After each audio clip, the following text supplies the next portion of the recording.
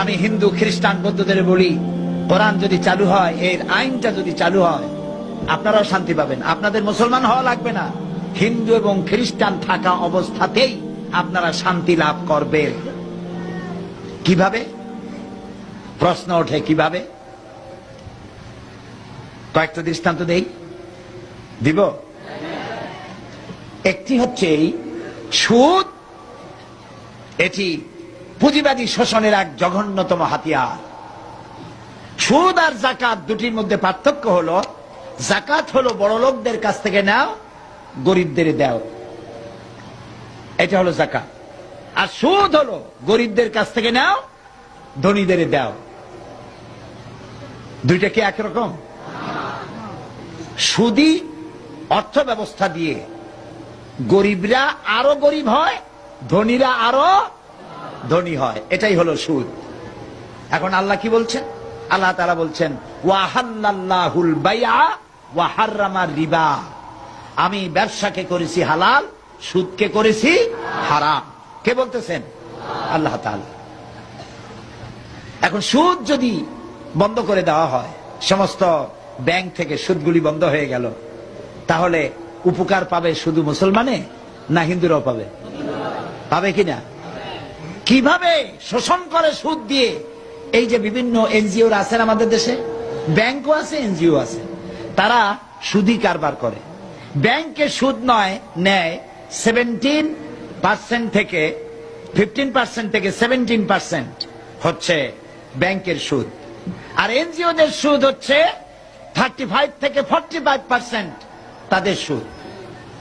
এই যে সুদ তারা নিল, ধরুন একজন গরিব মানুষ, সে হালের বলদ কেনার জন্য অথবা জমিনের সার আর বীজ কেনার জন্য ব্যাংক থেকে লোন নিয়েছে।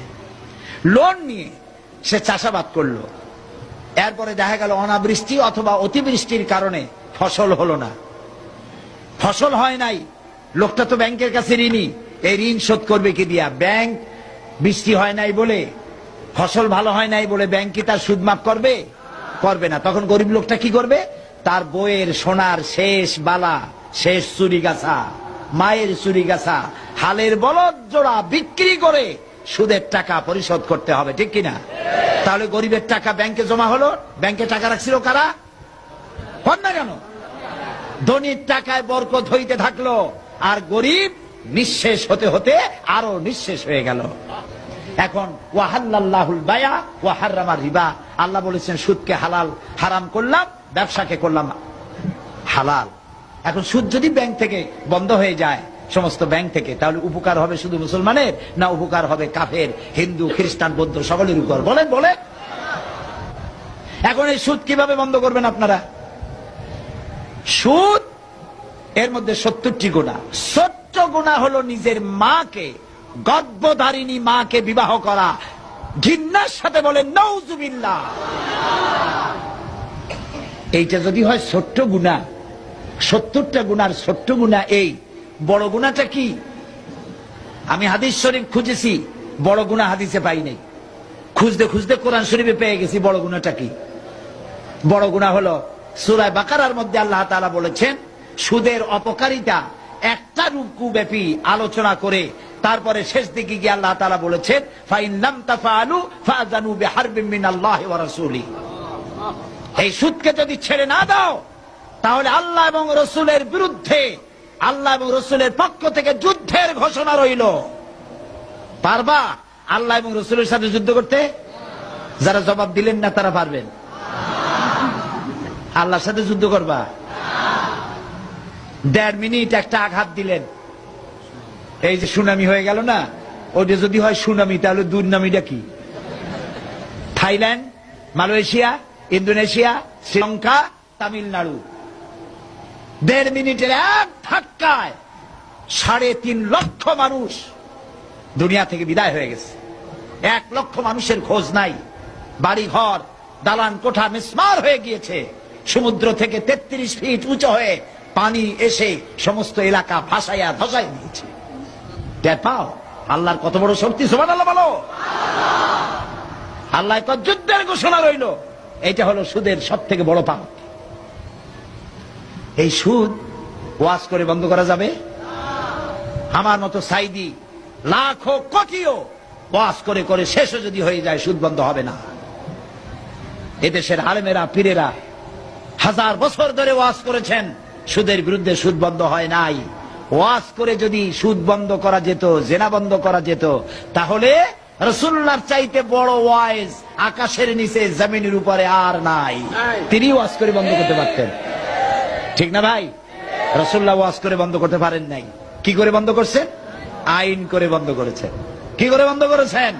আইন করে। সুতরাং ওয়াজ করে তাফসীর করে সুদ জেনা মদ বন্ধ করা যাবে না। বলতে পারেন তাহলে আপনি এত চিল্লেন কেন?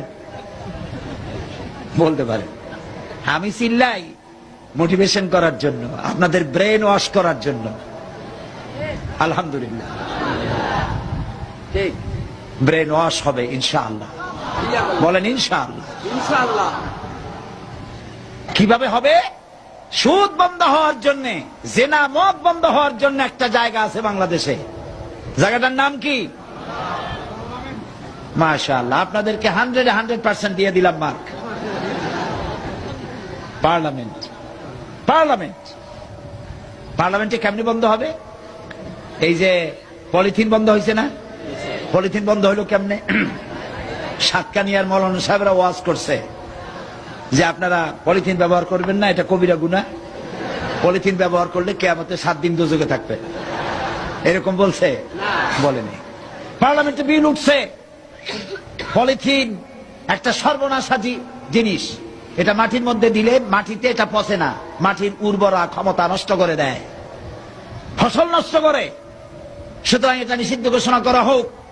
এটা বলার পর পার্লামেন্টে কণ্ঠভোটে পাশ হয়ে গেল। পরের দিন থেকে পলিথিন নিষিদ্ধ ঘোষিত হয়ে গেল। পলিথিনের উৎপাদন, বিপণন সব দণ্ডনীয় অপরাধ হয়ে গেছে না বন্ধ? এখন দেখেন পার্লামেন্টে এই আইন পাশ করার জন্য, সুদ বিরোধী আইন পাশ করার জন্য শাহজাহান সাহেবের মতো লোক লাগবে। যারা সুদের ব্যবসা করে ওরা পারবে না। যারা সুদ খায়, সুদী ব্যাংকের সাথে লেনদেন করে, তাদের কাজ এটা নয়। সুদকে যারা মাকে বিবাহ করার মতো গুনাহ মনে করে, সেই রকমের লোক 2/3 মেজরিটি হতে হবে পার্লামেন্টে। কার মতো? শাহজাহান চৌধুরী সাহেবের মতো লোক বেশি হইতে হবে। যখন বেশি হয়ে যাবে, শাহজাহান চৌধুরী সাহেব তখন সিংহের মতো গর্জে উঠবেন পার্লামেন্টে। সুদকে আল্লাহ তাআলা হারাম করেছেন, সুতরাং এটি হচ্ছে মায়ের সাথে গর্ভধারিণী মাকে বিবাহ করার মতো গুনাহ। এই গুনাহ থেকে বাংলার 14 কোটি মানুষকে বাঁচাবার জন্য সুদকে আইন করে নিষিদ্ধ ঘোষণা করা হোক। বলার পর স্পিকার সাহেব বললেন, সংসদের সামনে প্রশ্ন হচ্ছে, সুদকে নিষিদ্ধ ঘোষণা করা হোক। এই প্রস্তাবের বিপক্ষে যারা আছেন তারা না বলুন, পক্ষে। বিপক্ষে যারা আছেন তারা কি বলেন? হ্যাঁ বলুন। তো বিপক্ষে যারা আছে, অর্থাৎ সুদ চালু থাকুক, এটা যারা চাইবে তাদের সংখ্যা কম থাকবে, কারণ শাহজাহান সাহেবরা তখন বেশি হবে ইনশাআল্লাহ। বলেন ইনশাআল্লাহ। এরপরে স্পিকার সাহেব বলবেন, প্রস্তাবটির পক্ষে সুদ নিষিদ্ধ ঘোষণা করা হোক। এর পক্ষে যারা আছেন তারা হা বলুন। সঙ্গে সঙ্গে 2/3 মেজরিটি তারা হা বলবেন। স্পিকার বলবেন, হা জয়যুক্ত হয়েছে, হা জয়যুক্ত হয়ে গেছে।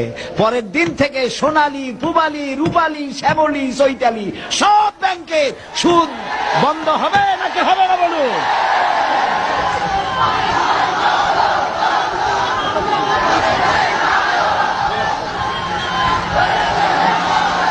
প্রিয় ভাই সব, এইভাবে